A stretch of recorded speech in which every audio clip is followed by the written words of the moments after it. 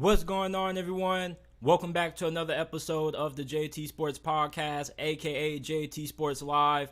I'm your host, JT. Sorry for the late start. The reason why it took a while was because I was creating the graphics for the big main encore of today's show, which is I'm going to be ranking my 10 best college football quarterbacks since 2010. We're also going to be discussing how good will the Miami Hurricanes be this upcoming season, how improved will Brian Flores make the Minnesota Vikings defense, why Kadarius Toney will also have a breakout season for the Kansas City Chiefs, and of course, I'm going to be ranking college football's top 10 best quarterbacks since the year 2010. If you haven't already, make sure that you guys leave a like, subscribe to the channel. We go live every day, Monday through Friday at 5 p.m. Eastern Time. Check out the JT Sports Podcast. The podcast isn't just available on YouTube. It's available on all podcasting platforms, Apple, Google, Spotify, Amazon. Wherever you get your podcast from, you can find the JT Sports Podcast. I want to start off with talking about my Miami Hurricanes, man. Now, for those of you guys who don't know, I'm a diehard Hurricanes fan. I've been rooting for this team ever since I first started watching college football back in 2010, and it's been a while since I talked about this team, man. This team, they put me through a lot of trauma last year, and now I'm a little bit more healed to talk about it, man, because last year, Mario Cristobal was hired. He pushed Manny Diaz out the door, or the administration pretty much pushed Manny Diaz out the door. And I was expecting big things out of Mario Cristobal year one in Miami. I don't know how many other Hurricanes fans felt the same way I felt about the Hurricanes last season, but I came out on this platform and said that Miami was going to win the ACC last year. And of course, that didn't happen. As a matter of fact, that didn't come close to happening because these boys didn't even make a bowl game, man. Like, can I vent to y'all for a couple of minutes, man? Because I haven't talked about this program ever since them boys lost to Middle Tennessee State, man. Like, I got a homie named Ralph Mincy. Shout out to my boy. He got number 94 Middle Tennessee State, right? So after they got done beating Miami, I hit him up after the game, and I was like, hey, bro, did y'all expect to win that game? Be honest. And he said, hell yeah, man. Like, our coach was telling us the whole entire week leading up to the game that they were going to end up beating Miami. And it was so embarrassing because these boys were throwing 71-yard touchdowns, bro, against the Miami Hurricanes, man. And not just did we lose the Middle Tennessee State, but these boys got blown out by Florida State, Clemson, Pitt, and most embarrassing, Duke. And we're not talking about basketball, people. We are talking about football, dog. Football. Duke is a basketball school, not a football school. Like, when is the last time Miami ever got clapped that bad like how they did last season against Duke, fam? The Duke Blue Devils really thrashed the Miami Hurricanes, bruh. And a lot of Hurricanes fans kept on telling me, man, JT, you gotta chill. You gotta chill out. It's a rebuilding year. Like, man, F that, bruh.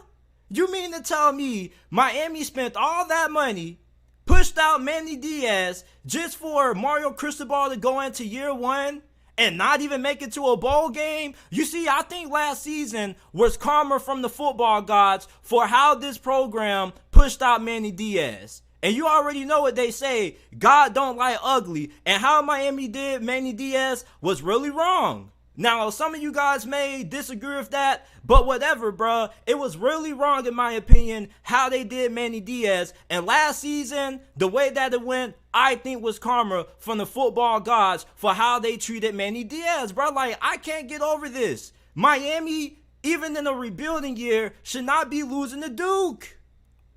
I mean, come on. I can understand getting blown out by FSU and Clemson, but getting blown out by Pitt and Duke, bruh? Like, this program has reached the ultimate low. And I've been a Hurricane fan since the Al Golden days. I didn't think things could get any worse from when Al Golden was the head coach. I would have expected this from any other head coach not named Mario Cristobal, dog. Like, losing to Duke, I don't give a damn if it's a rebuilding year, bro. Miami, under no circumstance, should ever be losing to Duke Blue Devils football, bro. No excuses, bro. And then, I overhyped this coaching staff. I was really excited about Kevin Steele. And most importantly, Josh Gaddis, who going into last season was the Burroughs Award winner. And when I was bragging about our coaching staff and I was bragging about Josh Gaddis and his offense, there were a lot of Michigan fans who were saying, LOL, have fun with that. And I was a little bit surprised because I was like, what do you mean have fun with that? Like, y'all just lost a fantastic offensive coordinator. This dude helped lead y'all to the college football playoffs that season. And then Josh Gaddis comes out and he says he left Michigan because he felt unappreciated. And I see why he felt unappreciated, because that offense that he was running last year was the worst offense that I've ever seen out of a Miami Hurricanes coach team, dog.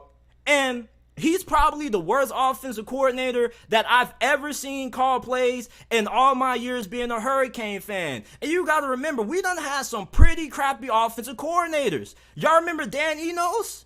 Y'all remember him? Y'all remember Pastor Mark Richt when he was calling the plays Mr. Run Pass? I mean, there has been some really god-awful offensive coordinators during my time being a Hurricanes fan that I've had to watch. But out of all of the OCs that have came through Miami, I was not expecting Josh Gaddis to be the worst of the bunch. And I mean, I'm just going to keep it a stack with y'all. I don't really have too much faith in Mario Cristobal. And if this dude doesn't end up working out, you know who I think we should end up hiring? I think we should go to SMU and bring back Ware Lashley, the best OC that Miami has ever had in all my years being a Hurricanes fan. Hell, maybe they should go ahead and bring back Manny Diaz, because at least he could get us to a bowl game. So, Mario Cristobal, I have to give him credit for this. He did bring in a really good recruiting class despite how awful last season was. He pretty much cleaned house on the coaching staff, or pretty much was a fire sale. You remember when Kmart was starting to close down? Now, I don't know if you still have a Kmart where you live, but down here in Florida, Kmart is pretty much non-existent. And when Kmart was shutting down, they had a lot of clearance sales. They had like 50% off. It pretty much was a fire sale. They just had to get rid of everything, right? So at the end of this season, Mario Cristobal, to his credit, got rid of Josh Gaddis. He got him out of there really quick. Nick Saban went ahead and took Kevin Steele. Hey, Coach Nick Saban, you can have Kevin Steele, even though he wasn't bad, but you can do a little bit better than him. Like, you can just have Kevin Steele. You can have whoever. Like, that whole entire coaching staff was awful. That was one of the worst coaching staffs that has ever been assembled over the past decade at Miami. I mean, that was the worst coaching staff than when Pastor Rick had his son that's a quarterback's coach. I mean, you bring in new OC Shannon Dawson from Houston. He's going to be running somewhat of an air raid offense, which should help out Tyler Van Dyke, because Josh Gaddis was so awful as an OC that he just completely destroyed Tyler Van Dyke. Like, prior to last season, this dude, Tyler Van Dyke, if he would have played the whole entire 2021 season, he was on pace to have at least 40 touchdowns. And then bro goes into last season, and it just looks like this dude just completely fell apart. It looked like Tyler Van Dyke forgot how to play quarterback. That's how bad Josh Gaddis was as the OC. So Shannon Dawson, don't know too much about how good of a play caller he is, but the bar is set pretty low considering what Miami had calling plays last season and how the offensive coordinator position has been for Miami over the past decade. There's only been one truly good OC that has came through this program, and it's been Rhett Lashley. And he's balling out at SMU right now with everything that they've been getting in the transfer portal. They have a lot of hype. They probably have more excitement down there in SMU than many people have about Miami Hurricanes football going into this season, man. You got a new defensive coordinator who you kind of stole from Tulane. Now, originally, He spent 2 seasons as the defensive coordinator for Marshall, and Marshall had some pretty damn good defenses under him. And he was supposed to go to Tulane. He only stayed at Tulane for a brief moment. He pretty much opened the door, walked in, and 3 seconds later, walked back out and closed it. Because I guess Miami just went ahead and dropped that bag, and that bag was too much for him to turn down. He said, you know what, I appreciate the offer, Tulane, but I'm taking my talents down to South Beach, and I don't blame him. Even though the football program wasn't great, there's always a lot of fun things to do down there in South Florida. You got nice women, nice weather, it doesn't get too cold, and it's a really nice campus. I've been on the University of Miami's campus. This is one of the nicest universities probably in the whole entire country, bruh. So this is a revamped coaching staff, which gives me a little bit of excitement for. I'm really excited that Mario Cristobal is getting rid of his old traditional offensive philosophy, because his offensive philosophy has done nothing but held back the previous quarterbacks that he had. I mean, look at Justin Herbert. Justin Herbert was way better his first season starting for the LA Chargers than he was during his whole entire career at Oregon, especially when Mario Cristobal took over the reins, and the offense that he ran held back Justin Herbert. And the offense that Josh Gaddis was running under Mario Cristobal just completely held back this entire offense. So I'm glad that Mario Cristobal went out and hired an offensive coordinator that's going to run a more modernized offense. This offense that Shannon Dawson is supposed to be running is going to be a lot similar to what Rhett Lashley ran when he was back calling plays for this program a couple of years back. It's like an air raid spread attack. And this is an offense that is going to be able to get the most out of Tyler Van Dyke. He's going to be pretty comfortable in this offense. And this offense also should get the most out of this wide receiver room. The offensive line should be really good. Mario Cristobal is a former offensive lineman himself, and his offensive lines at Oregon normally were typically really good. So this season, you have a really good offensive tackle and Zion Nelson, who should end up being a high NFL draft pick come next year. You got 2 really good offensive linemen out of the transfer portal. One offensive lineman in particular that many Hurricanes fans were really excited about getting was Javion Cohen, who transferred from Alabama. So he's going to have a really big impact on this offensive line. This should be one of the better offensive lines in the ACC this season. The receiving core should be pretty nice. Now, it doesn't have a lot of elite talent, but it does have enough talent to get the job done. Jacoby George, he had a really good spring. I think he should end up breaking out. You still do have Xavier Restrepo. What the hell happened to him last season? Like, this dude was pretty good prior to 2022. I guess we can blame that on Josh Gaddis too. You do have Henry Parrish. I like this man's game a lot. This dude is a truck. I mean, this dude is really hard to bring down once he gets a full head of steam. He was averaging 5.7 yards per carry. That's nearly 5 yards per attempt. That means if you give this boy the rock 3 times, he was averaging the first down every 3 carries. And I'm pretty sure he's going to have a really better season this year compared to what he had last year, with Rooster transferring out the program and joining Rhett Lashley down there at SMU. But what really has me excited about Miami going into this season really is this defense. Yeah, you bring in a new defensive coordinator, but you have one of the best safety duos in all of college football, and Cameron Kitchens and James Williams. And what's really disappointing is that nobody is really giving this safety duo the credit they deserve. Both of these guys are going to end up playing on Sundays. James Williams was a really highly touted guy coming out of high school. I'm not really somebody who follows high school recruiting all that much because it's just too much drama for me. Like, anytime a guy decommits that I really like, I'd be like, damn, bro, like, I wish he would have stayed. So I just don't really follow high school recruiting all that much, but I was really happy when we got James Williams because a lot of Florida fans wanted him too. So anytime we can keep a guy from going to a rival school, I'm always going to be happy about that. Leonard Taylor was also somebody who was really highly touted coming out of high school. He's been in the program for a couple of years also. This should be the best season of his collegiate career, and this is somebody who potentially could end up being a first-round draft pick. He has the kind of talent to go in the first round of the NFL draft. It just really depends on if this new defensive coordinator is going to be able to get the most out of him.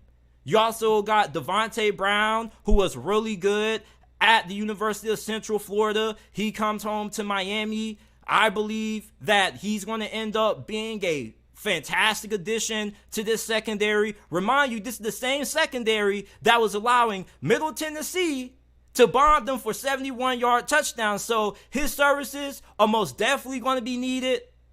And I think that Miami, at the bare minimum, should at least be able to win 6 games. Like, is it realistic for me to expect Miami football to be able to win 6 games? I mean, can we even do that anymore? It's like the level of expectation just seems to go down year in and year out. It's like we went from being in the Orange Bowl, getting blasted by Wisconsin under Mark Richt, to going 5-7, not even making it to a bowl game and getting blown out by Duke. Like, expectations have drastically decreased year after year after year. And I'm going to set my expectations at 6 wins just because I don't want to get disappointed anymore. You know what they say? If you want to avoid disappointment, don't have high expectations. And it seems like every time I have high expectations for this program, they just let me down. But you think I should be used to it because that's all this program has done over the last decade that I've been a fan. And you may be asking yourself, JT, why did you even become a fan of the Miami Hurricanes? And I kind of ask myself that question every time I watch Miami take a L last season. But the reason for it was because of Duke Johnson. Plus, I used to love using them on the old NCAA games. Like, NCAA and Duke Johnson are the reason why I'm a Miami Hurricanes fan. If it wasn't for those two things, I probably would be a fan of somebody else, bro. But I'm loyal to all of my teams. This isn't the only team that I support that's down in the gutter right now. I'm also a Chicago Bulls fan, so I'm just used to all my teams just letting me down year in and year out. But I think Miami should at least be able to win 6 games. I mean, week 1, you got to play Miami of Ohio. Like, who's excited about that? The Battle of Miamis. Who's the real Miami? Miami of Ohio?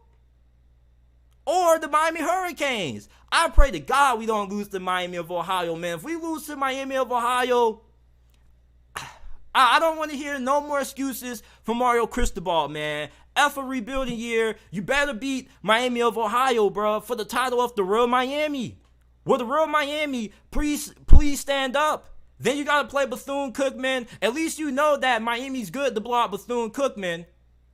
Then you got to go on the road and play Temple, which is really weird. I mean, why are we going on the road to play Temple? I don't know. Then you play Georgia Tech, the University of Virginia, and Boston College. GT, UVA, and Boston College should be 3 of the worst programs in the ACC this year. So Miami should be able to beat those 3 teams. Plus, they should be able to beat Miami of Ohio, Bethune-Cookman, and Temple. So that should at least get Miami to 6 wins. Now, where are the other wins going to come from? I don't really know, and I don't really want to try to make any predictions because I'm not super confident. I think Texas A&M is going to be really good this season. I expect them to beat us because I think they're going to end up competing for the SEC West this year. As long as Jimbo Fisher allows Bobby Petrino to call the plays, I think that Miami should lose that game. I think Texas A&M just has a way better team. They're one of the more talented teams in the SEC this year. I think they should win. Now, UNC, you're going on the road to play Drake May. That game could go either way depending on what kind of version of the Miami Hurricanes we see this year. You got NC State, FSU, and Louisville with the upset master at head coach and Jeff Brom, who leaves Purdue to go back to a school that many people wanted him at. So for Miami, I think the floor is 6 wins. The ceiling is probably 8 or 9 at best. I don't think they're going to be able to beat Texas A&M or FSU. Not saying they don't have a chance, but I'm just not expecting that just because I'm not trying to get my expectations high for this team, man. Like, the Miami Hurricanes used to be one of the best teams in college football. We used to have Ray Lewis, Michael Irvin, Sean Taylor. We used to have some real dogs playing for this program, man. Like, it's so embarrassing when you go back and you think about what Miami used to be And look at what this program's doing now. These boys lost to Duke. And I know it was last season, but I'm still not over it. I'm still not over it. Like, Mario Cristobal was supposed to be an upgrade from Manny Diaz. That's why you never do people wrong, people. That's why they say God don't like ugly, man. Like, oh my God, losing to Duke, fam, in a rebuilding year? I mean, that's how low Miami football has stooped down to? Losing to freaking Duke? And then saying it's a rebuilding year? Like, when has that ever been acceptable? I mean, I'm just glad that it's a new year and the start of the new college football season is just around the corner, man. If I had to give you guys a record prediction for Miami this season, I probably would go 7-5.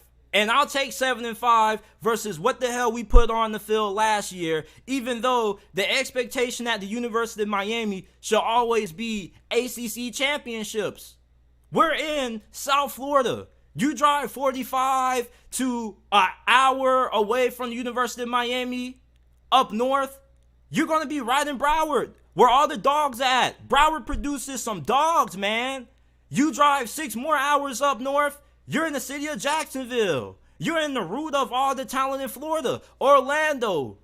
I mean, there's no reason why Miami should struggle to at least win 6 games this year. This should at least be a 7-win team. Potentially the ceiling could be 8 wins. I think 9 wins is pushing it. But I'm not saying they don't have a chance to beat UNC and NC State, because they most definitely can, and they most definitely can beat Louisville. So I think that maybe, I'm not even going to say 10 wins. I think 10 wins is just me being a little bit overly optimistic. That's if everything just completely goes right and this program just does a complete 180. But 7-5 is how good I'm expecting the Miami Hurricanes to be this season. Hopefully, they don't end up pooping the bed against a Temple, Georgia Tech, and the University of Virginia and Miami of Ohio, bruh. Because if they end up struggling against Miami of Ohio or Temple or Georgia Tech, then this program really has hit rock bottom. Hell, we might need to end up hiring The Rock to be the head coach. If anything, shoot, can't be no worse than what happened last season. I mean, if Mario Cristobal can't end up getting this program to 7-8 wins this season, then we're probably really going to have to reevaluate ourselves. We're really going to have to start asking ourselves, maybe this just is what Miami football is. Maybe we're just a program that's just stuck in mediocrity for the rest of our lifetimes as Miami Hurricanes fans, man. And I hope not. I hope that's not the case. But that's kind of what it's looking like, man. Like only one 10-win season in what, how many years? I mean, this program right now has stunk ever since I became a fan. Maybe I cursed this program. Who knows? Maybe if I would have became a fan of somebody else, Miami wouldn't have been so bad as what they've been over the last decade. I've been a fan of this team. But when are they going to give me something to root for? The only time I had something to root for is when these boys had the turnover chain, man. Shoot, the least they could have done was bring that back. Mario Cristobal came in and he got rid of the turnover chain and everybody was thrilled about it. I wasn't. Shoot, if we're going to lose and get blown out by Duke, at least let us lose in style. At least if we get blown out by Duke and we force a couple of turnovers, at least we can look good doing so with a lot of jewelry around our neck, a lot of bling bling around our neck. At least we can lose with some flash. At least we can lose with some style.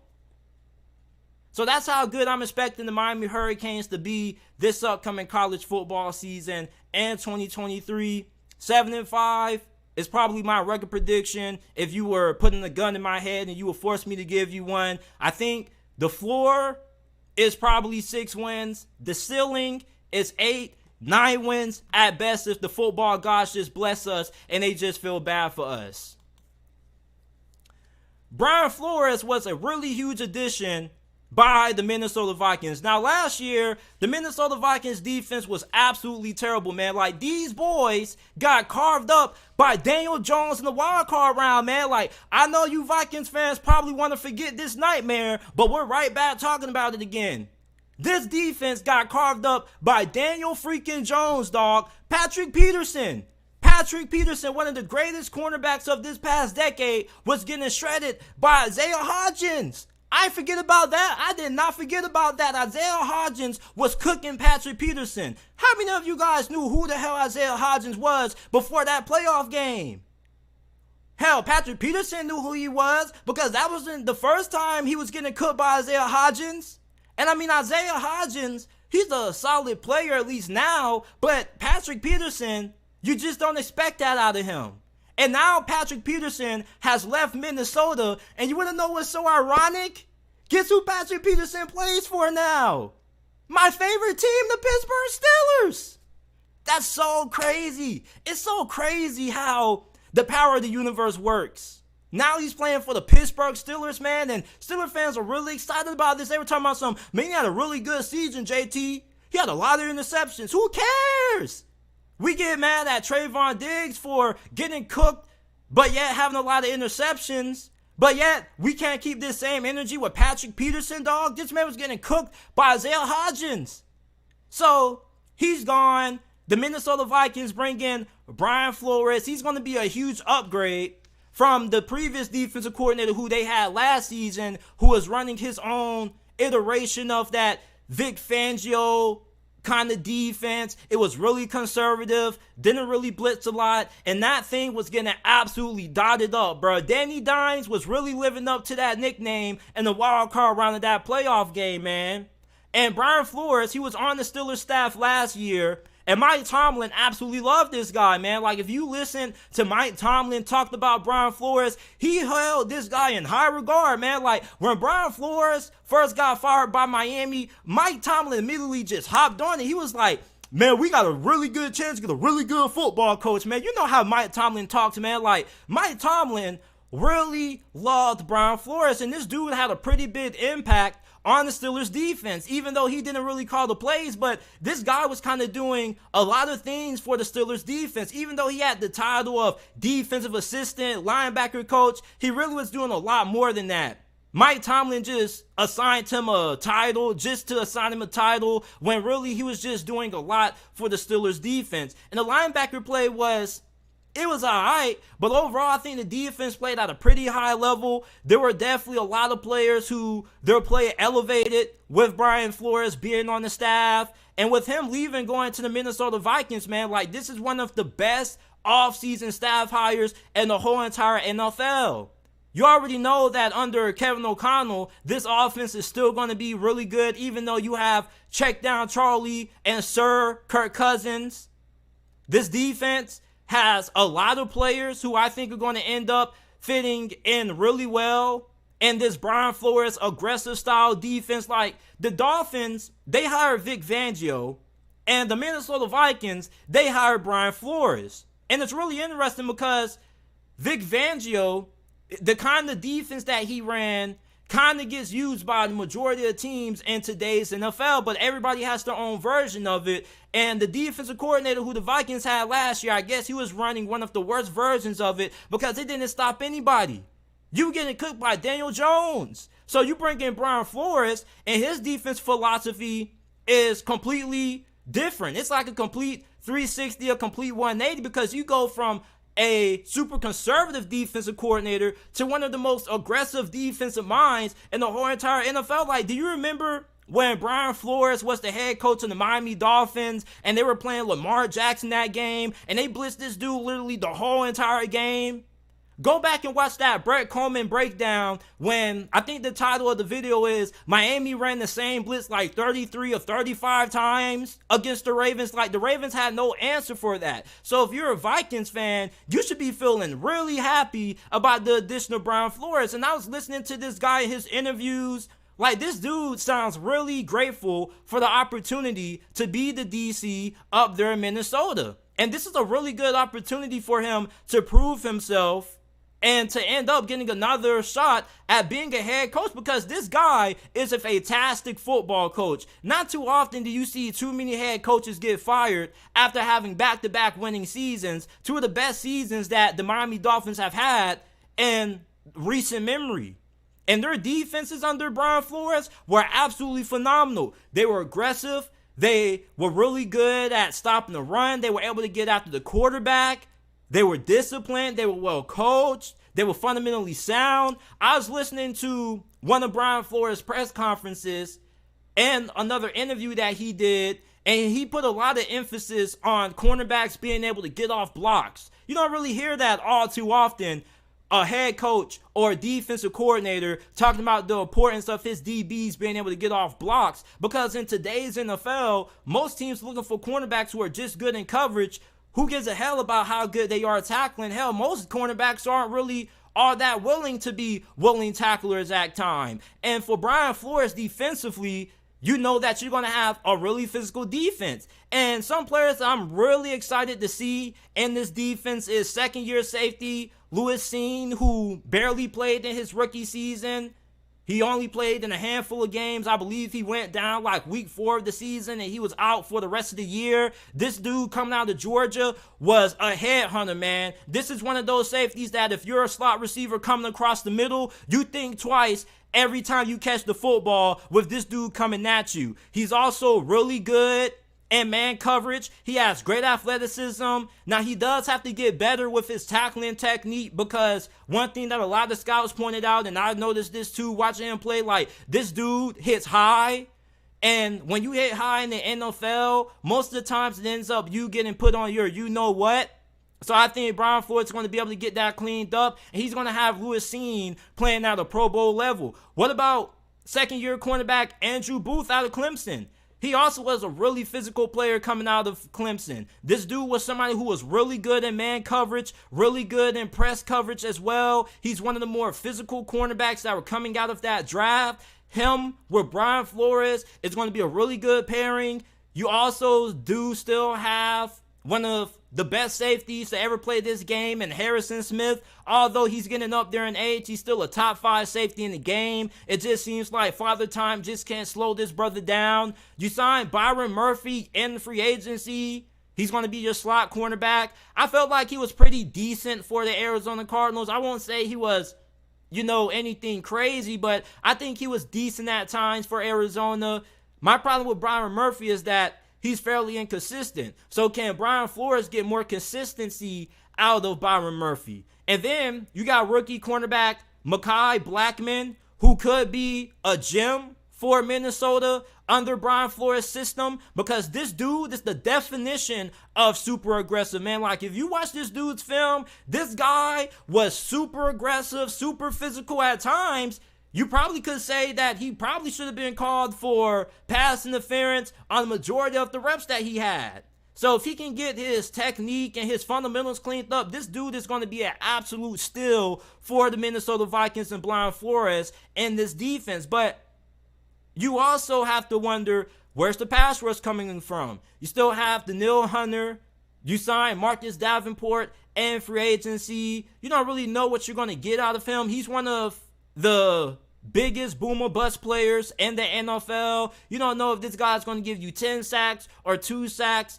But I think Brian Flores is going to be able to get the most out of this defense. And this defense most definitely should be tremendously improved compared to what it was last season with that conservative defense that they were running. Like, anytime you're getting cooked by Daniel Jones, dog, like, you got to find a way to move on. You got to find a way to improve the defense, man. And I'm not trying to slander Daniel Jones, but I mean, like, you just don't really expect for Daniel Jones just to dot you up like the way he was doing Minnesota in the wild card round.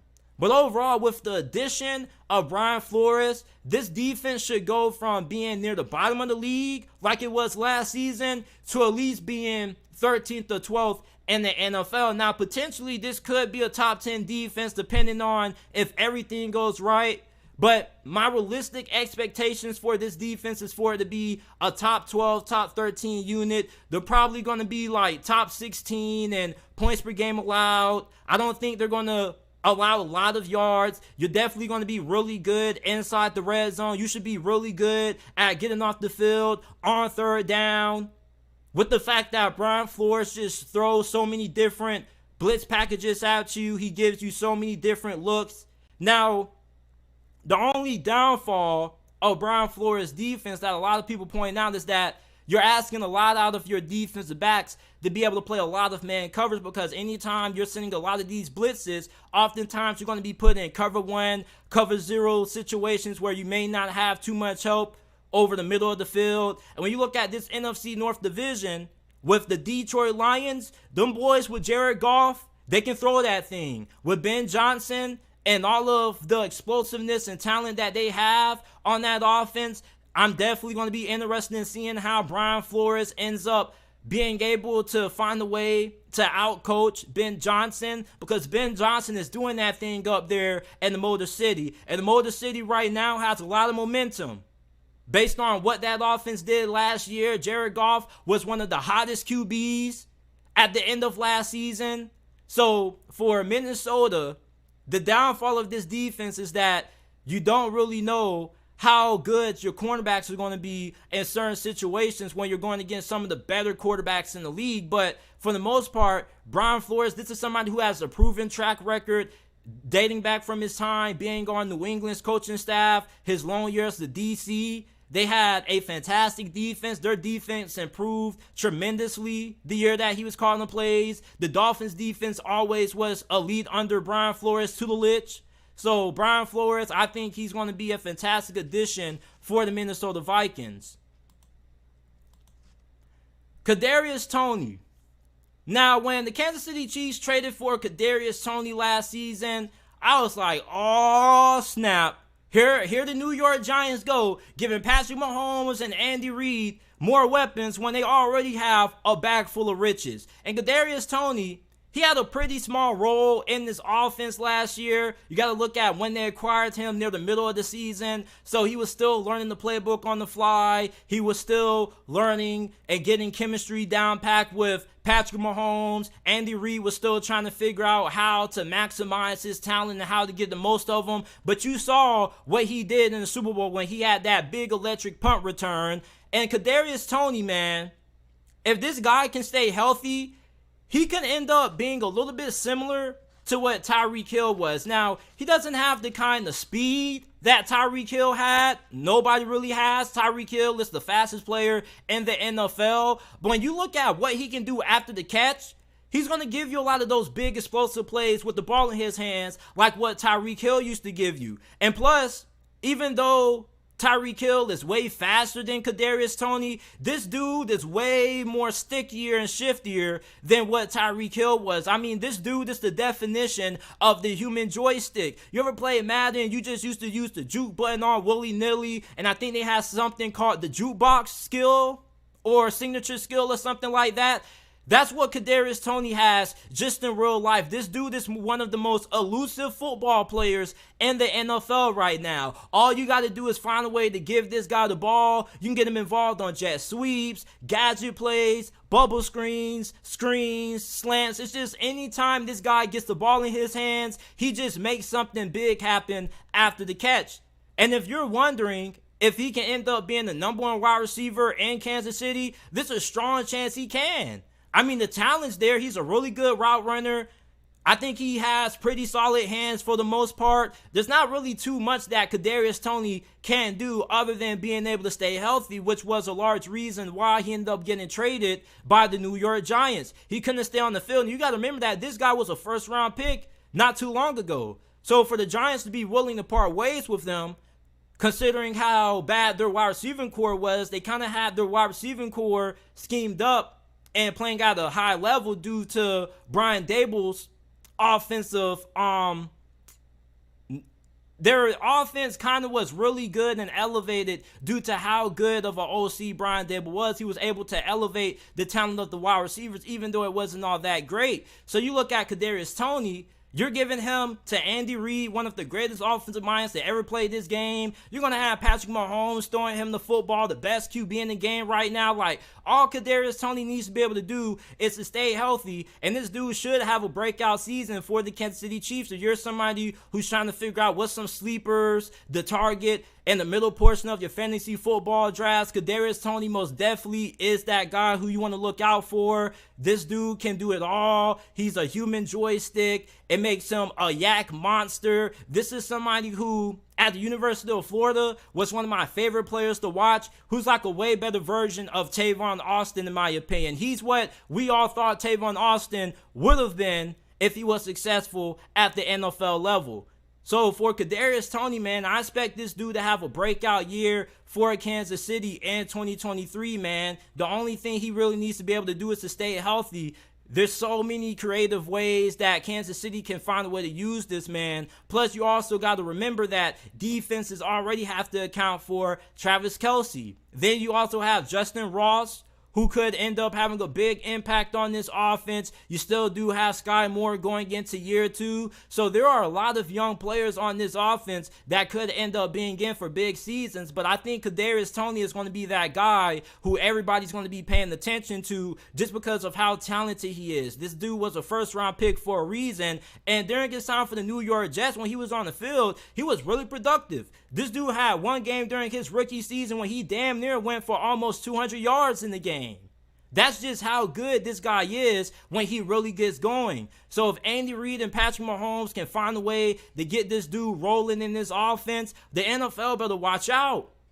The biggest question that people have about Kansas City going into this season is going to be who's going to step up at wide receiver. If Kadarius Toney can stay healthy, I think he's going to be that guy who ends up having that number one role in that offense, and he could be used in a similar way like how Tyreek Hill was before he got traded to the Miami Dolphins. Now, the last thing that I want to do is I want to rank my top 10 college football quarterbacks since 2010. Now, I saw On3 do this on their social media platforms, and I just strongly disagree with it. So I said, you know what? Why not me come up with my own top 10 college football QBs since 2010? This ranking is solely based on my opinion, so if you disagree, I would love to see your top 10 down in the comment section down below if you're listening to this on YouTube. The guy I'm going to start off with is RG3, Robert Griffin III. At Baylor, this dude was one of the most accurate dual-threat quarterbacks in college football at the time. He was completing over 70% of his passes. The year he won the Heisman, he had 37 touchdowns, only 6 interceptions. So not only was this guy a really accurate passer, but he also was a fantastic decision maker. And then he also had 669 rushing yards on the ground and 10 TDs. He ended up winning the Heisman Trophy in 2011. And the reason why he's not a lot higher on this list is just because he didn't really have the kind of individual success that some of the other guys ranked higher than him did. He wasn't able to get Baylor into the college football national championship picture, even though they were really good under RG3. It's just that there were certain times, there were big games where he kind of wasn't able to get it done. And it wasn't mostly due to him. It's just the fact that Baylor, overall as a program, they kind of had a peak. And their peak kind of wasn't national championship level. Their peak kind of was Alamo Bowl, which they went to under RG3. So RG3 comes in at number 10 for me. I really loved watching RG3. He was one of my favorite players when I first started watching college football around 2010, 2011. He was on the cover of NCAA 13, so that also made me gravitate towards him a lot. At number 9, I got Marcus Mariota. Marcus Mariota was really good at the University of Oregon, especially under Chip Kelly. And a lot of people kind of, I think, underrate Marcus Mariota. When you think about Heisman Trophy winners, if you were to rank them in order from best to worst, like a lot of people probably would have Marcus Mariota way low on that tier. But Marcus Mariota, man, was a really phenomenal dual threat quarterback. I think he was even better than RG3. This dude was an even better decision maker than Robert Griffin III. The year he won the Heisman, this dude threw 42 touchdowns, only had 4 interceptions. That's one of the best touchdown to interception ratios in the whole entire college football that year. Not just that, but this dude was really deadly when he decided to tuck the football and run. Now, he didn't have the kind of shiftiness and agility that guys like Lamar Jackson and RG3 did. He just had really fantastic straight line speed. But I remember watching Marcus Mariota go crazy and those fantastic uniforms that Oregon always seems to have. And when he ended up out-dueling Jameis Winston in the college football semifinals, the first year the college football playoffs was implemented, that was one of the best matchups that I was excited to watch. And Marcus Mariota and Oregon, they just completely clobbered for the state that year. That was the year when Jameis Winston and FSU had all those damn comebacks. And the reason why I'm so high on Marcus Mariota is because I was telling a lot of my homeboys at the time that FSU was going to lose that game because, Florida State was kind of at their peak at that point. And I live in the state of Florida, so there were a lot of Seminole fans around me. And I was telling them, leading up to that game, that Marcus Mariota was going to dominate them and that they were going to get blown out. They weren't going to be able to come back against that Marcus Mariota and that Oregon offense. So Marcus Mariota comes in at number 9 for me. At number 8, we're starting to really get into it now. Bryce Young. Some of you guys may disagree with this. Some of y'all may be like, man, you got Bryce Young as your top 10 QB since 2010? Hell yeah. Like, have y'all watched Alabama football the last 2 years? Bryce Young carried these boys. Nick Saban, the year they lost to Georgia in the national championship game, he called that a rebuilding year. Alabama was not expected to even beat Georgia in the SEC championship game. And when you think about most of the losses that Alabama has had with Bryce Young being the starting quarterback, I believe most of them have come with this dude not even being on the field. You remember when they lost to LSU last year to that 2-point conversion that ultimately won the game for them? Bryce Young wasn't on the field. He didn't have a chance to clap back. But it seems like every time Bryce Young was put in a high-pressure situation and he had to produce, this guy came up every single time. This guy just is cold-blooded. I think he's one of the clutchest quarterbacks in the history of college football. Anytime Bryce Young had the ball in his hands to win the game, he came through. You remember that game against Texas? I mean, this dude is just unbelievable. And this dude's body is built like a damn preschooler. And yet, this dude's football IQ is just out of this world. Not just that, he's a fantastic passer. He makes great decisions with the football. There's a reason why he was number 1 overall pick by the Carolina Panthers. Like, I kind of think that Bryce Young is really underrated. And you think about how guys like Kyler Murray, how well they performed, but Bryce Young was even better than him. I mean, this dude, Bryce Young, was a real cerebral quarterback. And I think over the next decade, I don't think he's going to end up getting the proper recognition. A lot of people think, oh, you play for Alabama, so you're automatically playing with the best talent. That's not the case all the time. Go back and watch the last 2 years of Alabama football. It was the Bryce Young show. That's the reason why he won the Heisman Trophy in 2021. And it wasn't really a huge discussion about it, man. Like, this dude was carrying Alabama on his shoulders. Yeah, he had some good players that he was throwing the football to. He had John Mechie, Jamison Williams. But if you take Bryce Young off of these 2 past years, Alabama squads, do you think they go as far as what they did? Probably not. Remember, Nick Saban considered 2021 to be a rebuilding year. Going into the SEC championship in 2021, they were coming off a 4 overtime win against Auburn. Their offensive line struggled for the majority of that whole entire season. Like, Bryce Young was really the glue that was keeping Alabama together. And I'm really intrigued in seeing in 2023 how Alabama's going to perform without Bryce Young. Because last season, outside of Bryce Young, the only dude who he really had was Jahmyr Gibbs, who was coming up and being consistent. So many people, when they think about Alabama football, they just automatically assume that whoever's playing quarterback is just throwing to the best talent. They just have the best offensive line, the best coaching, and Bryce Young didn't really have that. And when you think about all of the quarterbacks that Nick Saban has had during his time at Alabama, without a doubt, Bryce Young is the most talented quarterback. He's better than Tua, Jalen Hurts, Mac Jones, A.J. McCarron, and whoever else Nick Saban had playing that QB during his tenure at Alabama. Like, I really think that Bryce Young is just incredibly underrated and overlooked when you think about some of the best quarterbacks who have came through college football. I think that Bryce Young probably isn't going to get a lot of agreement for being on this top 10. But when you go back and you look at what he meant to Nick Saban and that Alabama football program, he really held them boys together, man. Because if it wasn't for him, I don't think Alabama would have made it to the playoffs in 2021. And I definitely don't think they would have been as good as what they were last year. They probably would have lost 3, maybe 4 games last season had it not been for Bryce Young. Number 7, I have Lamar Action Jackson, man. Like, Lamar Jackson, bro, this dude, he kind of came out of nowhere. Even though I was already a little bit hip to Lamar Jackson from his freshman year, this dude took college football by storm. You remember that big game when he went off against FSU? When they were like the second best team in college football at the time, this dude had 146 rushing yards and 4 rushing touchdowns, bruh.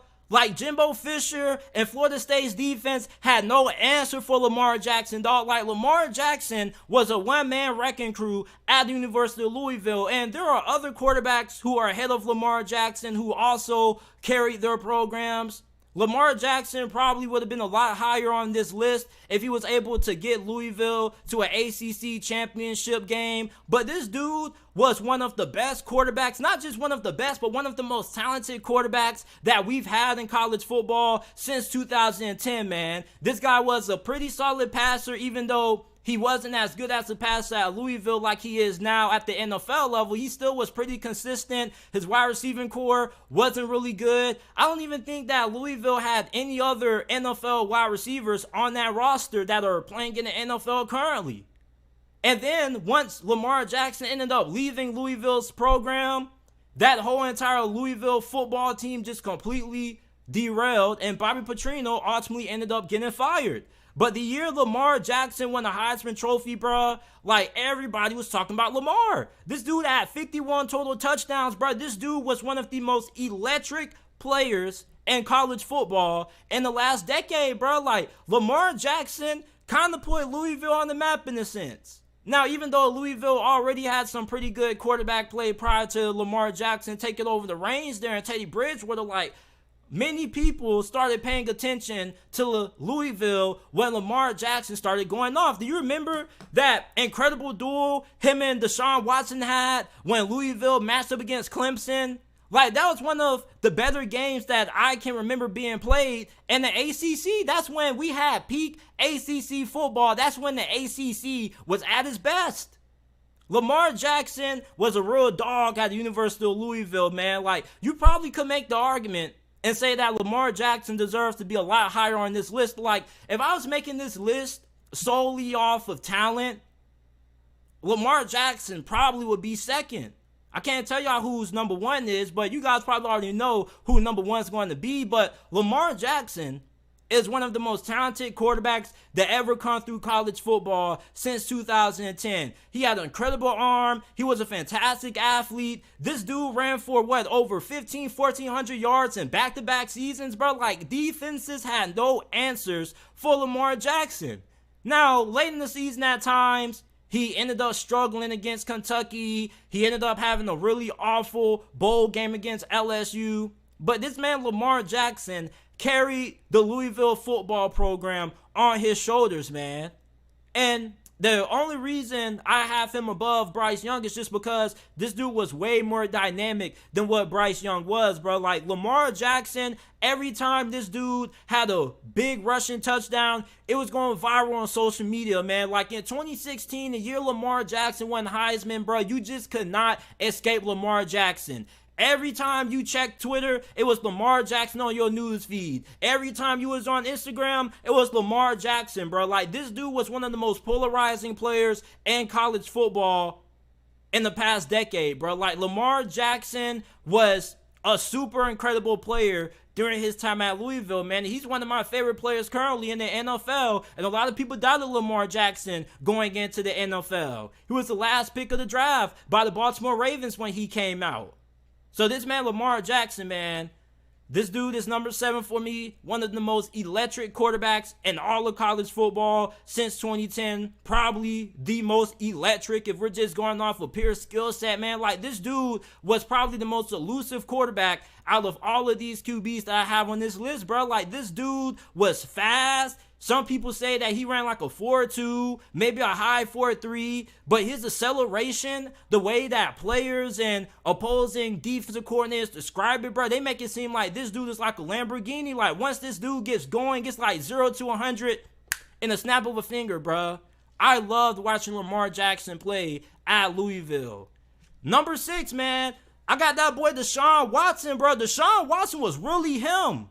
And when you think about the kind of quarterback play that Clemson's program was receiving, you think about Trevor Lawrence, but before Trevor Lawrence, you had DeShaun Watson. And this dude gave Alabama a lot of problems. A lot of problems, bro. And my guy Juice, a.k.a. Jamont, he even makes the argument and says that DeShaun Watson should have won a Heisman Trophy over Derrick Henry, which I strongly disagree with, but I understand where it's coming from. DeShaun Watson was a real dude during his time at the University of Clemson, and not just that, but this dude was really electric. He was really dynamic. Now, he wasn't as dynamic as Lamar Jackson, but what separated him from Lamar Jackson is that in big games, DeShaun Watson always came up big. Even when they lost to Alabama in the college football playoffs their first go around, you kind of already had a feeling that there is going to be a rematch the following season after. And then they match up against Alabama in the national championship game, and they end up winning that thing thanks to a last-minute touchdown. He rolls out, hits, Hunter Renfrow in the corner of the end zone for the touchdown, and end up dethroning the big bad of college football and the Alabama Crimson Tide. Like, DeShaun Watson, man, like, he's kind of a pop culture figure when you think of Clemson football. Like, when you think of Clemson football, who's the first player that comes to your mind? It probably has to be either DeShaun Watson, DeAndre Hopkins, Sammy Watkins, or Trevor Lawrence. It has to be one of those 4 players, but to me, it's DeShaun Watson. Not just was he one of the most productive players in college football and one of the most talented, but this dude was one of the most clutchest QBs. Every time the game was on the line, he came through in big situations. DeShaun Watson rose to the occasion. He comes in at number 6 for me, man, and even to this day in the NFL, he still is rising to the occasion. Even though last season, 2022, didn't really go all that well with the Cleveland Browns, he was a little bit rusty. But DeShaun Watson, bro, he was him when he was playing for Houston, or for Clemson, excuse me, and Clemson had a really good run of quarterbacks. Before DeShaun Watson, you had Tajh Boyd. When I end up making my list of college football's most underrated QBs, Tajh Boyd is most definitely going to be on that list, but Clemson had a really good run of QBs, man. Tajh Boyd, DeShaun Watson, DeShaun Watson kind of kicked the door down for Clemson. When DeShaun Watson ended up taking over the reins at QB for Clemson, that's really when Clemson started to solidify themselves as a national powerhouse. Before DeShaun Watson, Clemson was really just known as being a really good program in the ACC, being really consistent, but on the national level, they weren't really as big until DeShaun Watson came over. And then DeShaun Watson leads them to the college football playoffs, then eventually leads them in the national championship, and then that's where everybody starts to recognize Clemson of being one of the more dominant programs in the sport. Clemson wasn't a blue blood program when DeShaun Watson took over that thing. Yeah, they had some really good receivers and a really good offense, but DeShaun Watson really propelled Clemson into the national spotlight. Now we're about to get into my top 5, and there's going to be some really heated discussions about this one, but I got to go with Baker Mayfield, bro. There's no way you can tell me that Baker Mayfield was not him. I know a lot of you guys don't like Baker Mayfield. He hasn't really been a good NFL QB. His NFL career hasn't really panned out all that well. But this dude, when he was playing for Oklahoma, bro, this dude was super electric, bro. This dude did nothing but produce the 3 years he was starting at QB for the Sooners. You remember that classic game that Oklahoma had in one of the semifinal games against Georgia? When they were up big and then Georgia climbed back into that game and they won it in overtime when they had Jake Fromm at QB.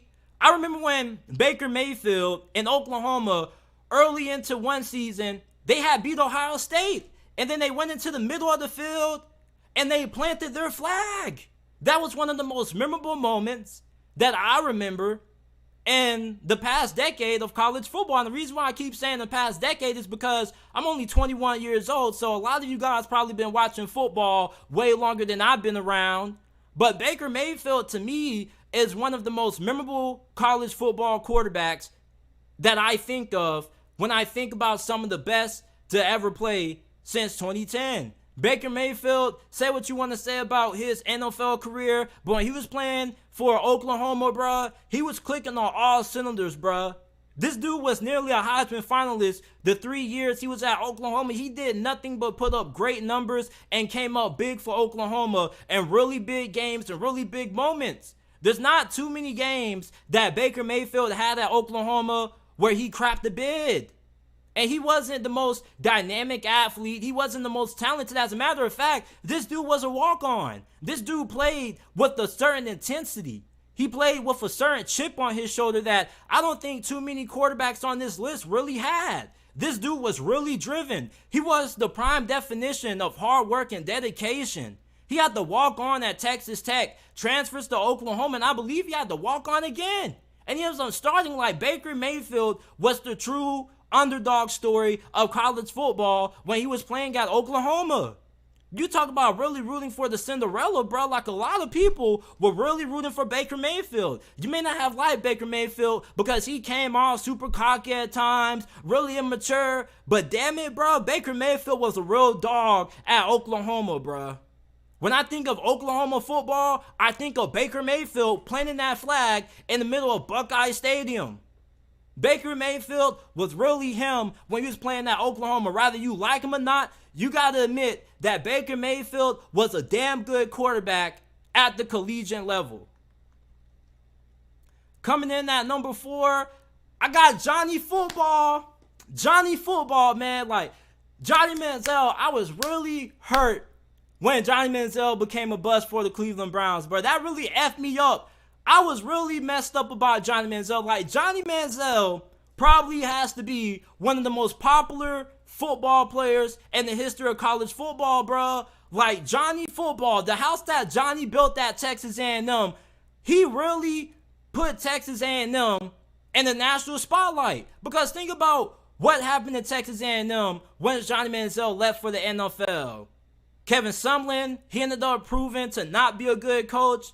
And not too soon after, he got fired. But when Johnny Manziel was at the helm at QB, bro, this dude was one of the most popular players in the sport. If they had NIL back then when Johnny Manziel was playing, without a doubt, he would have had a $1 million NIL deal. This dude would have been plastered on so many commercials. And he really, in my opinion, put Texas A&M on the map. And some of you guys may not remember this, but at the time when Johnny Manziel was the starting QB for Texas A&M, they had just entered the SEC from the Big 12, them in Missouri, and he was going ham.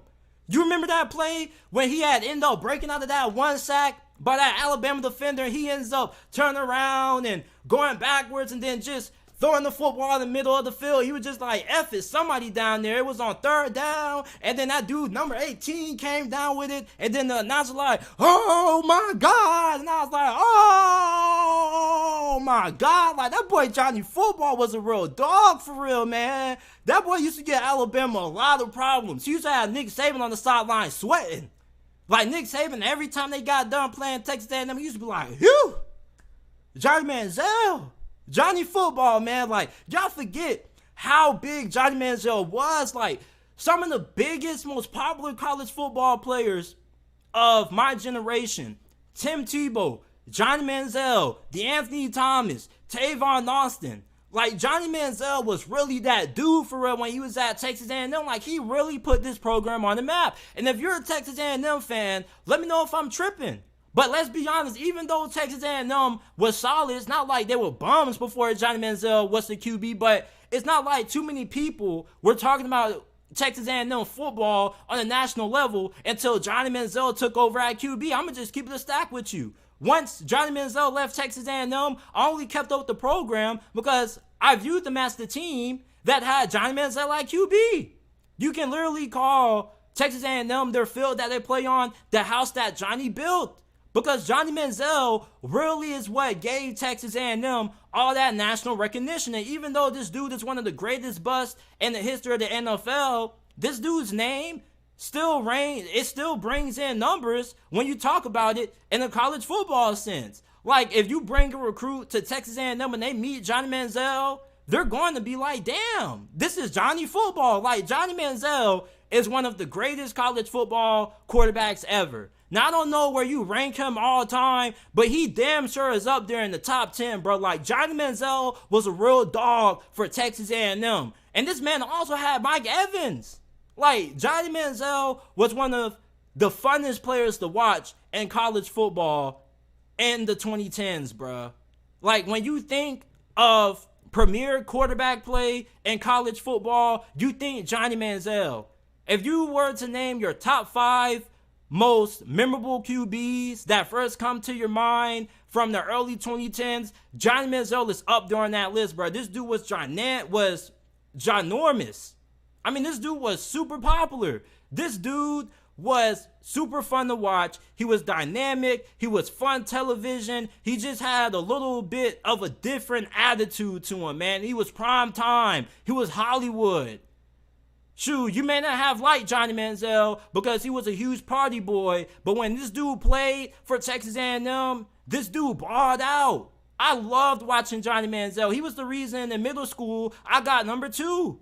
I was effed up by Johnny Manziel throwing up the show me the money signs. I remember when Johnny Manziel used to do this. He used to do this. Like, everybody used to go around the country doing this. Like, Drake name dropped Johnny Manziel in a song, dog. Before this man even got drafted in the NFL. Draft Day by Drake. Look up Draft Day by Drake if you never heard that song. Draft Day, Johnny Manziel. Come on, man. Like, Johnny Manziel, regardless of how you view and how you feel about his NFL career, this man had one of the greatest careers in college football. He was one of the most popular players to ever play the game of college football, man. And I know it's just my opinion, but I think the majority of you guys are going to agree with me on that. Johnny Manziel was a real animal when he was playing for Texas A&M, bro. Like, this dude had all kinds of crazy plays. I remember it was one time they were playing some team in a bowl game. I think it was Louisiana Tech. I don't really remember it verbatim, but he ended up jumping over a defensive lineman and then ended up, like, throwing the ball. Like, Johnny Manziel should be doing all kinds of crazy shit, dog. Johnny Manziel was one of the funnest players to watch when I was watching college football, at least when I first got into it in the early 2010s, man. Like, he really is what made me a fan of college football. I was like, damn, you don't really be seeing this in the NFL. In the NFL, you just see fundamentally sound quarterback play. But in college football, you got this dude breaking out of the sacks, running backwards, tossing the ball in the middle of the field. Like, this man used to have me turned. I used to love watching Johnny Manziel play when I was legit, bro. I was real effed up about Johnny Manziel. For real. And a lot of people were really messed up about Johnny Manziel. Like, I was really rooting for bro to get right when he got drafted by the Cleveland Browns. Like, it really hurt me when he was tripping off the field, not being able to get right, and when he wasn't able to make it work as an NFL QB for the Browns. Like, I was really hurt about that. I really wanted Johnny Manziel to succeed. I was a really big Johnny Manziel fan. Even to this day, like, you can't tell me nothing about Johnny Manziel. For real, like, I'm just sorry, but when it comes to Johnny football, I just lose all common sense. Johnny Manziel was a real dog when he was playing for Texas A&M, bro. Like, some of y'all forget, Johnny Manziel put Texas A&M on the map. When you think of that stadium, whatever it's called, they need to change the name of that thing. They need to change Texas A&M Stadium to the house that Johnny built. Like, for real. Johnny Manziel really put the Aggies on the map. And if you think I'm tripping, man, like, you need to go back and watch a few highlights and read what people used to write about Johnny Manziel. Johnny Manziel was that dude. He was that boy. Like, I know his NFL career didn't work out, but in college football, bro, this dude is like an icon. He's like a legend in the history of college football, man. Like, when you think of Texas A&M, like, you go up to any casual football fan, right? I'm not talking about you diehards out there. When you ask a casual football fan to tell you who's the first player that comes to mind when you think of Texas A&M football, they're going to tell you Johnny Manziel.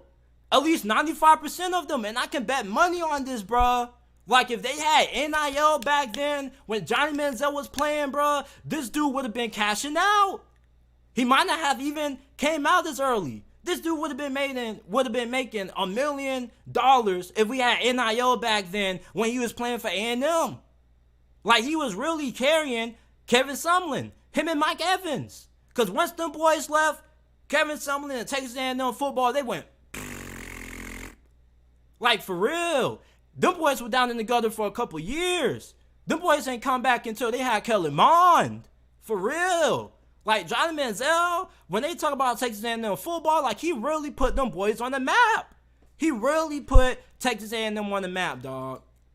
Number 3, I got Jameis Mr. Crab Legs Winston, bro. Like Jameis Winston, he may not have been as electric and dynamic as some of the other guys on this list like Lamar Jackson and Johnny Manziel and RG3, but I will always remember Jameis Winston because all of those damn comebacks Florida State used to have, bruh. Like, this dude would throw 1 million interceptions in the first half. Then the second half, I don't know what just happened, but this dude used to just turn his game up to a different level.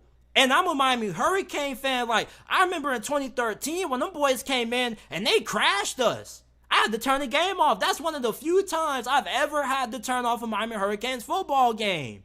Like, Jameis Winston was really snapping for Florida State. Like, there was a point when Jameis Winston, bro, he was a really big name too. Now, when you had that whole incident with the crab legs and you had the little sexual assault stuff that was coming up, I was like, damn, Jameis, damn, what's going on? When this dude was playing on the field, this dude used to show up and show out, especially when they were down big. Like, you remember when people tried to accuse him of potentially being down or forcing Florida State to be down and making them come back because he was like having somebody who was betting on the games or something like that. It's like a weird conspiracy theory that people have, but a lot of people who remember Jameis Winston at Florida State, like, you knew Jameis was that dude. That dude in the biggest moments, that dude used to show up. I literally cried when Jameis Winston and FSU had played against Notre Dame and they beat Notre Dame, bruh. Like, Notre Dame was up, and then Florida State ended up coming back, and then Notre Dame ended up throwing the touchdown that ended up getting called back because of offensive pass interference. Like, I cried. That's how much I hated Florida State. I did not like Florida State. But this man, Jameis Winston, bro, like, this dude used to come up big in every big game. Like, this dude did not lose. Like, I think one of the few losses he took was to Oregon. And the Oregon just, they bent them boys over and gave him a spanking. But the year that boy won the Heisman Trophy, bro, he was going off. You may say Jameis Winston may be a little bit too high on this list, man, but that boy Jameis Winston, like, he just had that dog in him. For real. That boy Jameis Winston, game on the line, you down the touchdown, with 2 minutes left, you wanted to put the ball in his hands. This dude was one of the clutchest quarterbacks in college football during the 2010s. For real. There weren't too many QBs who had the ice in their veins like Jameis Winston did. Jameis Winston had them boys rolling. You remember when they played at Auburn in the national championship? What was that? That was what? Gus Malzahn's first season? When they had, Nick Marshall at QB? And they had that big, they had the kick six against Bama, dog? Like, college football was lit as hell the year Jameis Winston won a Heisman Trophy, man. Like, I miss the BCS era. I really do, even though the BCS was some BS. But during that era of college football, I think that's when college football was at its peak. For real. And let me know if you agree with this, man. But that boy Jameis Winston was a real dog. A real dog, man. The year he won the Heisman Trophy, bro, he was snapping. And the year after that, he kind of took a step back because he had all those damn turnovers and interceptions. But it didn't matter. Because some way, somehow, he used to always find a way to will Florida State back into the game and to find a way to win. It used to always piss me off. Because I used to go to middle school with a bunch of Florida State fans, and every time FSU was down, I used to go on Facebook. I used to be like, yeah, like, y'all boys finna take an L today. And then at the halftime, that boy Jameis Winston come out just slinging that rock, and I used to be like, damn, bro, like, what is it with this dude, man? Why you just don't lose? Like, how you gonna play bad? How you gonna play, like, garbage in the first half, and then all of a sudden, you look like the next great thing since Tim Tebow in the second half? Like, I really could not stand watching Jameis Winston play. As a Hurricane fan, I used to not like this dude for real because of how good he was. This dude used to always come through in the second half. Like, I could not believe it. And you would think, like, week after week after week after week, like, eventually they would have their time. But no. Like every single week, every time they down at halftime, them boys come right back out and start slinging that thing with Jameis Winston, dog, slinging that rock. And Jameis Winston is the best quarterback that Jimbo Fisher has ever had. Like ever since Jameis Winston left FSU, Jimbo Fisher has not had a quarterback that's been even remotely close to as good as what Jameis Winston has been. Jameis Winston was a real dog when he was playing for the Seminoles, bruh. For real. Got them boys in the national championship. Them boys had hella comebacks like every single week. I remember that ACC championship game, man. I thought they was really going to lose to Georgia Tech. They did it. They did it like nearly every single week. And for those of you guys who remember college football at that time, you remember exactly what I was talking about. Like, this dude used to have so many damn comebacks. You used to think every single week, like, they ain't going to be able to pull it off. Like, this finally the week they take an L. But he used to do it every single week. He used to frustrate the hell out of me, man. I was like, damn, why y'all boys just don't lose? Because now I got to go to school and hear all these FSU fans in my ear. At number 2, I got Joe Burrow. I don't think too much needs to be said about what Joe Burrow did during his time at LSU. His first season at LSU was average, but after that, them boys just snapped. Like, it was just a perfect storm. This dude, he wasn't the most physically gifted QB. He wasn't the most physically imposing QB. He wasn't even the most talented QB. But Joe Burrow, Joe Cool, aka Mr. Joe Shiesty, like, this dude's demeanor just was different. This dude was just cut from a different cloth. Like, I remember during his first season when they were playing UCF in the bowl game, he threw an interception. He got smashed. Motherfucker came and crack blocked him. And then after that, that boy came back and started throwing dimes. That boy got activated. Like, Joe Burrow taking that big hit against that UCF defender. That was the worst thing UCF could have done, because after that, that boy Joe Burrow just locked in. He just got into a different bag. And then that year after, 2019, when that boy won a Heisman, and at the time he broke college football's record for most passing touchdowns in the season. Eventually that was broken by Bailey Zappi. Like, that LSU 2019 is one of the best teams in college football history. Now, some people even say it's the best team in college football history. I'm not going to go that far, because, you know, a lot of the old heads, they're going to tell you about Nebraska in the 80s and the old Miami Hurricane teams, and we ain't going to get into all that. But when Joe Burrow was playing, bro, in 2019, that was one of the greatest, if not the greatest, single-season performance that we've ever seen from a quarterback.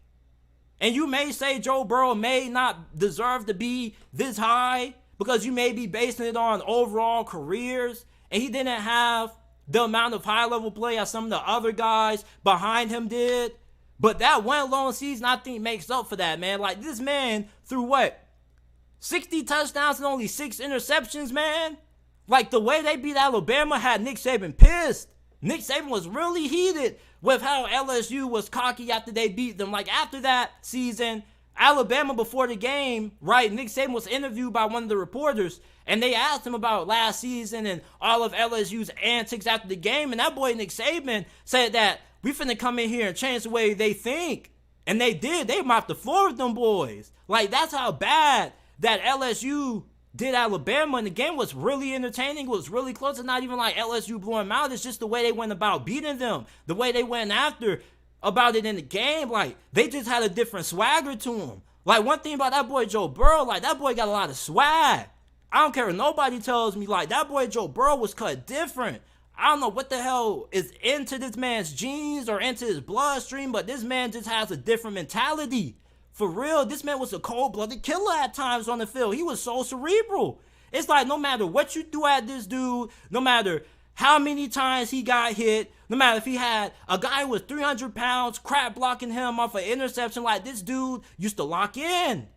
Like, in 2019, that was one of the greatest seasons ever for a QB. Probably the greatest season ever for a quarterback. And he wasn't even super dynamic running the football. He could do that too. It's just like Joe Burrow, when he had to get it done, he got it done. And they got Justin Jefferson, Terrence Marshall, Jamar Chase. They had Randy Moss's son. They had Clyde Edwards-Helaire. They had a fantastic offensive line that won the Joe Burrow Award. They were stacked on defense. Like, that LSU team just was the perfect storm. And the main reason for that was because of Joe Burrow. People forget, like, LSU always been wide receiver U. Like, they always had great QB. They always had great wide receiver play. They just always had average to below average QB play. Like, them boys, Odell Beckham and Jarvis Landry, Juice, them boys had Zach Mensberger at QB. Like, them boys would have had Joe Burrow back then, back in 2013, 2014, or whenever, when OBJ and Jarvis Landry were playing, them boys probably would have turned up and won a national championship too. Especially that year when they lost to Alabama in the BCS National Championship game, when they had Pat Pete, Honey Badger. I mean, if they would have had Joe Burrow back then, them boys most definitely would have gave it to Alabama. For real.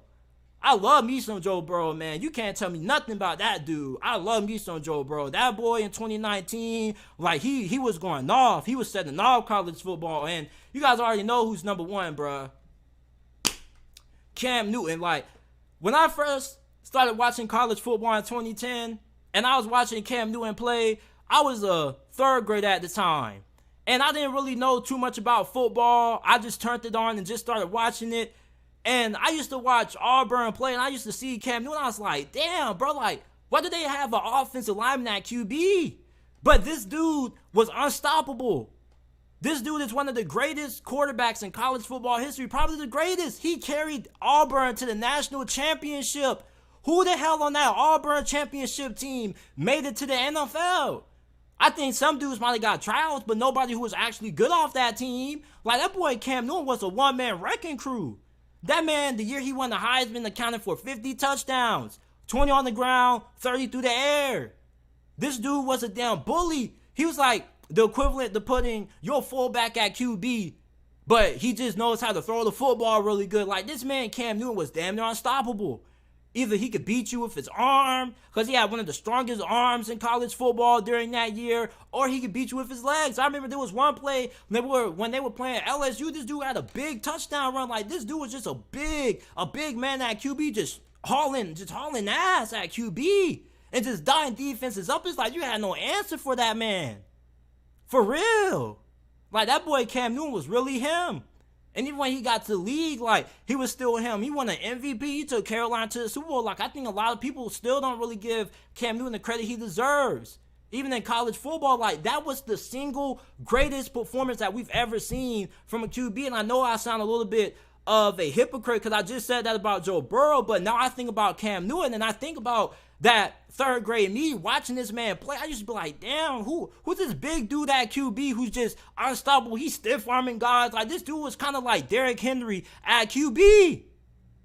Like, Auburn had a cheat code with Cam Newton at QB, dog. And what was even more fun about it was that these boys came out of nowhere. They came out of nowhere. This dude, Cam Newton, the year before he went to Auburn, was playing out of JUCO. Because he had left Florida. Remember, they said he had stole a laptop and he tried to throw it out the window and something like that. So this man goes to, Blaine College, a JUCO down in Texas. He ends up snapping, and he goes to Auburn. And his only season starting as a college football QB takes them to the national championship game, man. If that's not the definition of an underdog, if that's not the definition of being counted out, I don't know what to tell you. Cam Newton damn near might be the greatest QB in college football history. Do y'all think Cam Newton's going to make it to the College Football Hall of Fame? Like, he has to be in the College Football Hall of Fame. Like, you cannot tell the story of college football without mentioning Cam Newton. You can't. It's just certain players that you just have to talk about when you're discussing 2010 college football. And it all starts with Cam Newton. What he did that 2010 season was legendary.